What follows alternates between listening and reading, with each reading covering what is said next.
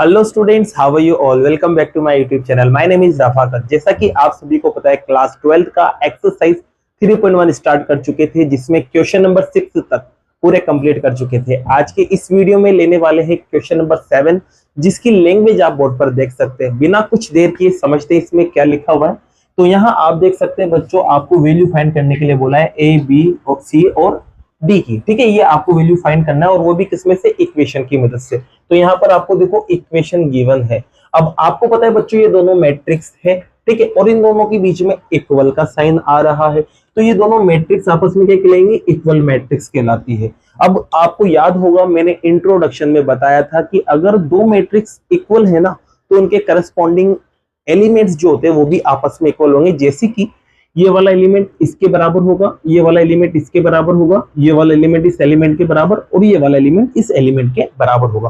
तो मैं यहाँ पर इन चारों को आपस में बराबर करके 4 इक्वेशन बनाता हूँ। तो देखिए यहाँ पर सबसे पहले 4 इक्वेशन बनाते हैं। तो यहाँ पर आप देख सकते हैं बच्चों, कंपेयर करने पर a माइनस बी जो है वो -1 के बराबर आएगा, ये पहली इक्वेशन। ऐसी 2a प्लस सी इक्वल आएगा 5 के, ये आपके पास सेकेंड इक्वेशन है। ऐसी 2a माइनस बी इक्वल हो जाएगा 0 के, ये आपके पास थर्ड इक्वेशन है। और ऐसे ही 3c प्लस डी बराबर हो जाएगा 13 के, ये आपके पास कौन सी इक्वेशन है, फोर्थ इक्वेशन है। तो आप देख सकते हैं यहाँ पर 4 इक्वेशन बन चुकी है। अब आप क्या करिए, दो ऐसी इक्वेशन को छाटिए जिसमें अल्फाबेट सेम आ रहा है। तो आप देखेंगे फर्स्ट और थर्ड, इन दोनों के अंदर ए बी और ए बी आ रहा है, तो इन दोनों को सॉल्व करके मैं ए और बी को निकाल सकता हूँ। फिर ए और बी मिलने के बाद सी और डी इजीली मिल जाएगा। तो देख सकते हैं बच्चों, यहाँ पर बी, ए बी और ए बी दिख रहा है, और बी के साथ कोफिशिएंट -1 है और यहाँ पर भी -1 है। अब ये दोनों सेम है, तो इनको डायरेक्ट अपन माइनस कर सकते हैं। तो इसका मतलब इक्वेशन फर्स्ट में से अगर मैं इक्वेशन थर्ड को माइनस करता हूं तो देखते हैं क्या होता है। तो ये आएगा a माइनस बी बराबर -1, और इसमें से माइनस कर रहा हूं मैं 2a माइनस बी बराबर 0 को। आपको पता है साइन क्या होते हैं, चेंज हो जाते हैं। यहाँ आप देखेंगे ये दोनों कैंसिल हो जाएंगे, इन दोनों को सोल्व करेंगे तो माइनस का a आएगा और यहाँ पर -1 बचेगा। माइनस माइनस कैंसिल हो जाएंगे, तो a आपके पास कितना आ चुका है बच्चों, ए आपके पास 1 आ चुका है और यही आपका आंसर है। अब ए मिल गया ना, तो आप ए को चाहे यहां रखो चाहे यहां रखो, आपको बी मिल जाएगा। तो देखिए मैं यहाँ पर ए को इक्वेशन फर्स्ट में रख रहा हूं, तो put a equals to 1 in equation first. तो इक्वेशन फर्स्ट में रखते हैं। देखो बच्चों, तो ए की जगह 1 आ जाएगा, minus as it is, b as it is और माइनस का 1 एज इट इज। अब आगे देखिए क्या करते हैं, ये 1 जो है ना उधर जाएगा, तो ये 1 भी माइनस को जाएगा, तो -1 मिलके माइनस का 2 बना लेंगे, और इधर चल रहा है आपके माइनस का बी, माइनस माइनस दोनों कैंसिल, तो आपके पास बी कितना आ चुका है, 2। तो आपके पास ए और बी आ चुका है, देख सकते हैं। अब आपको निकालना है सी और डी को, क्योंकि आपको 4 चीजें निकालनी थी जिसमें से 2 चीजें आपके पास आ गई है।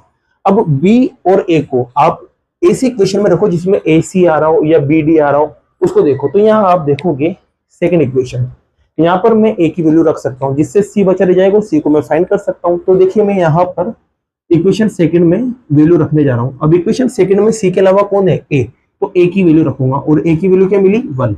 तो put a equals to 1 in equation second. तो सेकंड में ए की वैल्यू 1 रखते हैं। तो देखो जैसे 1 रखूंगा ना, 1 को 2 से इंटू करूंगा, 2 आ जाएगा, और प्लस का सी और बराबर आपके पास 5। तो सी को जब आप निकालेंगे तो 2 उधर जाएगा, माइनस हो जाएगा, और माइनस करने पर आपके पास कितना बनेगा, 3।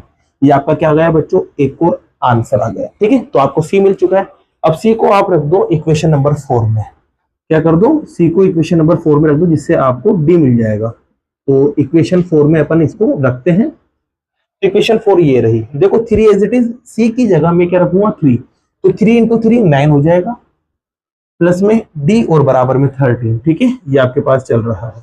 अब डी को यहां से निकालते हैं बच्चों। तो जैसे डी को मैं निकालूंगा, 9 उधर जाएगा और माइनस हो जाएगा, माइनस करने पर क्या बनेगा, 4। तो आपके पास डी भी आ जाएगा। तो आप देख सकते हैं आपको ए मिल चुका है, आपको बी मिल चुका है, आपको सी भी मिल चुका है, और आपको डी भी मिल चुका है। और ये क्या है बच्चों, आपके आंसर है। और इसी के साथ क्वेश्चन नंबर 7 आपका कंप्लीट होता है। लेते हैं नेक्स्ट क्वेश्चन को। जैसा कि बच्चों क्वेश्चन नंबर 8 और 9 आप यहाँ देख सकते हैं। सबसे पहले लेते हैं क्वेश्चन नंबर 8 को। क्वेश्चन नंबर 8 के अंदर देखो आपको एक मैट्रिक्स दे रखा है। अब ये मैट्रिक्स आपसे कहा है कि ये इक्वल मैट्रिक्स होगा, तब अब ये 4 कंडीशन आपको दे रखी है, फर्स्ट, सेकंड, थर्ड और फोर्थ।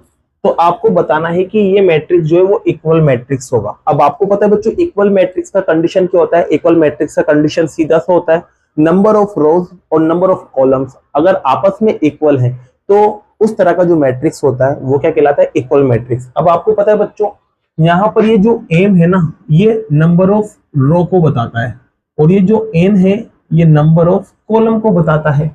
तो यहाँ पर एम और एन अगर आपस में बराबर हो जाते हैं तो ये जो मैट्रिक्स है वो इक्वल मैट्रिक्स बन जाएगा। तो बस अब आपको देखना है एम बराबर एन दे रखा है क्या, तो आप देखेंगे हाँ सर एम बराबर एन आपको दे रखा है। तो इस कंडीशन में ये जो मैट्रिक्स है वो क्या हो जाएगा बच्चों? इक्वल मैट्रिक्स हो जाएगा। तो इसी के साथ ये क्वेश्चन नंबर 8 आपका कंप्लीट होता है। अब क्वेश्चन नंबर 9 को आप यहाँ देख सकते हैं। Question number 9 same question number 7 की तरह है। इसमें देखो आपसे क्या कहा है, which of the given values of x and y makes the following pair of matrix equal। मतलब ये जो आपको मैट्रिक्स दे रखी है, इस मैट्रिक्स के लिए आप x और y की क्या वैल्यू रखें, इन सभी में से क्या वैल्यू रखें कि ये जो दोनों मैट्रिक्स है ना वो आपस में इक्वल हो जाए। तो बच्चों यहाँ पर इसको सॉल्व करते हैं। मैंने आपको बताया था अगर मैट्रिक्स इक्वल्स होती है तो उनके करस्पॉन्डिंग एलिमेंट्स आपस में बराबर होते हैं। तो मैं कह सकता हूं यहां से अगर मैं इस रिजल्ट को देखूं तो ये वाला बंदा इसके बराबर होगा। तो मैं पहले तो यहाँ पर 3x + 7 को बराबर करता हूँ 0 के। अब यहाँ से x को निकालता हूँ तो पहले 7 उधर जाएगा तो माइनस हो जाएगा और x निकलेगा तो बच्चों -7/3 निकलेगा। ठीक है, अब ऐसे ही आप देख सकते हैं यहाँ पर आप देखेंगे कि यार ये y जो है y + 1 वो बराबर होगा किसके? 8 के। अब यहां से देखो 1 उधर जाएगा तो माइनस हो जाएगा और माइनस होने पर क्या बनेगा? 7। अब आप देखेंगे नजर डालेंगे तो यहाँ पर y इधर भी आ रहा है तो इस वाले को इस वाले के बराबर करके देखते हैं। तो यहाँ देखो y - 2 बराबर हो जाएगा 5 के और यहाँ से y की वैल्यू आपको क्या मिलेगी बच्चों? 7 मिलेगी। ठीक है, अब यहाँ तक तो बात बिल्कुल करेक्ट है। देखो y में दोनों वैल्यू सेम आ रही है, मतलब y 7 हो सकता है और y 7 है तो y 7 यहाँ भी आ रहा है और यहाँ भी आ रहा है। इनमें से कोई ऑप्शन करेक्ट हो सकता है। ठीक है, अब x को देखते, देखा x दोनों से सेम मिल रहा है नहीं मिल रहा है, तो यहाँ देखो इसको बराबर करेंगे इसके, तो यहाँ पर 2 - 3x है वो बराबर हो जाएगा बच्चों 8 के। अब देखो बच्चों यहाँ पर अगर मैं x की वैल्यू निकालता हूँ तो पहले 2 उधर जाएगा, जब 2 उधर जाएगा तो माइनस को हो जाएगा और माइनस होने पर आपके पास कुछ ऐसी शक्ल बनेगी। सॉल्व करेंगे तो यहाँ 6 बनेगा और यहाँ से x को निकालेंगे तो -3 जो है वो इसके कदमों में जाएगा और इसको कैंसिल कर देगा और निकलेगी वैल्यू आपके पास -2। अब आप यहाँ नजर डालो, यहाँ x की वैल्यू तो क्या मिल रही है? -7/3 और यहाँ x की वैल्यू क्या मिल रही है? -2। यहाँ पर बात अलग है और यहाँ पर बात अलग है। देखो यहाँ पर y की वैल्यू दोनों में 7 मिल रही है, तो मतलब यहाँ तक तो बात करेक्ट थी, लेकिन यहाँ पर जैसे ही आए आप तो यहाँ पर x की वैल्यू आपको डिफरेंट मिल रही है। तो ध्यान रखना बच्चों, एक ही सिस्टम से आप x की वैल्यू निकालते हो, अगर वो डिफरेंट आती है तो वो सिस्टम जो है वो गलत होता है, बिल्कुल वो पॉसिबल नहीं होता। तो कहने का मतलब x की वैल्यू डिफरेंट आ रही है ना, इस वजह से ये दोनों आपस में इक्वल नहीं हो सकते और ये इक्वल नहीं होंगे तो कहने का मतलब आप x और y की वैल्यू भी यहाँ नहीं निकाल सकते। तो इस वजह से आपके ऑप्शन कौन सा करेक्ट हो जाएगा? ये वाला करेक्ट हो जाएगा। क्यों? क्योंकि यहाँ पर x की वैल्यू सेम नहीं मिल रही, दोनों से x की वैल्यू सेम मिलना चाहिए थी लेकिन दोनों से सेम नहीं मिली। y की तो मिल गई लेकिन x की भी सेम मिलना चाहिए थी, लेकिन ये सेम नहीं मिलने की वजह से आप ये दोनों मैट्रिक्स को इक्वल नहीं कर सकते और इक्वल नहीं करेंगे इस वजह से यहाँ पर अपन कह सकते हैं x और y निकालना पॉसिबल नहीं है। तो इसी के साथ बच्चों ये क्वेश्चन नंबर 9 आपका कंप्लीट होता है। लेते हैं नेक्स्ट क्वेश्चन को। तो बच्चों जैसा कि क्वेश्चन नंबर 10 आप बोर्ड पर देख सकते हैं, एक्सरसाइज 3.1 का लास्ट क्वेश्चन है। देखिए इसमें क्या कहा है, आपसे कहा है एक मैट्रिक्स आपको बनाना है, कितना? 3x3 का आपको एक मैट्रिक्स बनाना है और इसके अंदर जो एलिमेंट्स की एंट्री होगी ना वो क्या क्या हो सकती है? या तो 0 हो सकती है या 1 हो सकती है। तो 0 और 1 आपको उसके अंदर सब्स्टिट्यूट करना है और 0 1 सब्स्टिट्यूट करने के बाद आप यहाँ पर टोटल कितनी मैट्रिसेस बना सकते हैं इसको आपको बताना है। तो बच्चों देखिए इसको समझते हैं। सबसे पहले मान लेते हैं मैट्रिसेस क्या है? 1/1 का है। समझाने के लिए बता रहा हूं मैं आपको, मतलब इसके अंदर एलिमेंट कितने होंगे? 1 होंगे। तो बच्चों यहाँ पर आपके पास 1 एलिमेंट होंगे। क्या होंगे बच्चों? 1 एलिमेंट। तो यहाँ पर देखो, यहाँ आपके पास या तो 0 आ सकता है या 1 आ सकता है।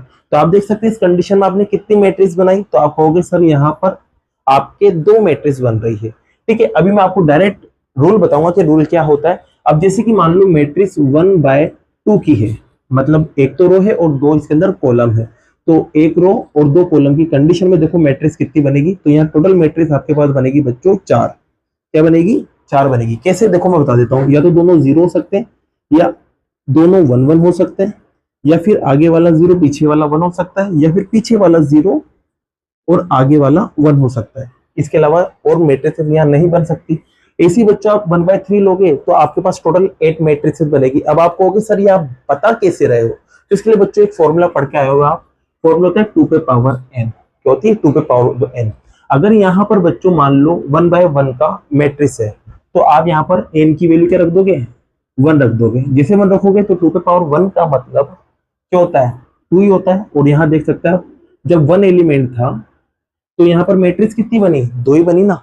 अब वापस से 2 पे पावर n है, तो यहाँ पर अब कितने एलिमेंट आ रहे हैं? 2 एलिमेंट आ रहे हैं। यहाँ पर देख सकते हैं टोटल एलिमेंट इसके अंदर 2 है, क्योंकि इनको मल्टीप्लाई करने पर आपको पता चल जाता है टोटल एलिमेंट कितने हैं। तो यहाँ पर 2 एलिमेंट है, तो 2 पे पावर 2 कर दीजिए। तो 2 पे पावर 2 का मतलब क्या होगा? 4 होगा। अब लेकिन बच्चों मुझे यहाँ बनाना है 3/3 का। अब 3/3 का मतलब यहाँ पर टोटल 9 एलिमेंट्स होने वाले हैं। क्या होने वाले बच्चों? 9 एलिमेंट्स। अब मैट्रिक्स कितनी बनेगी? तो इसका सीधा सा फंडा है बच्चों, आपको पता है 2 पे पावर n होता है फॉर्मूला। यहाँ पर 2 एज इट इज, n की जगह आप क्या रख दीजिए? 9 रख दीजिए बस। ठीक है, क्या रख दीजिए? 9। जैसे आप 9 रखेंगे और इसको आप सोल्व करेंगे 2 इंटू 2 इंटू 2 इंटू 9 टाइम आप इसको सोल्व करेंगे, तो आपको जो रिजल्ट मिलेगा वो क्या मिलेगा? 512। तो कहने का मतलब 1 और 0 की एंट्री से 3/3 के जो मैट्रिसेस बनेंगे वो कितने बनेंगे? टोटल 512 बनेंगे। तो इसी के साथ बच्चों क्वेश्चन नंबर 10 आपका कंप्लीट होता है। अब बाकी के जो क्वेश्चंस है वो नेक्स्ट वीडियो में करते हैं। अगर वीडियो पसंद आई और ये क्वेश्चंस आपको समझ आए हो तो वीडियो को लाइक कीजिए, चैनल को सब्सक्राइब कीजिए। Thank you so much.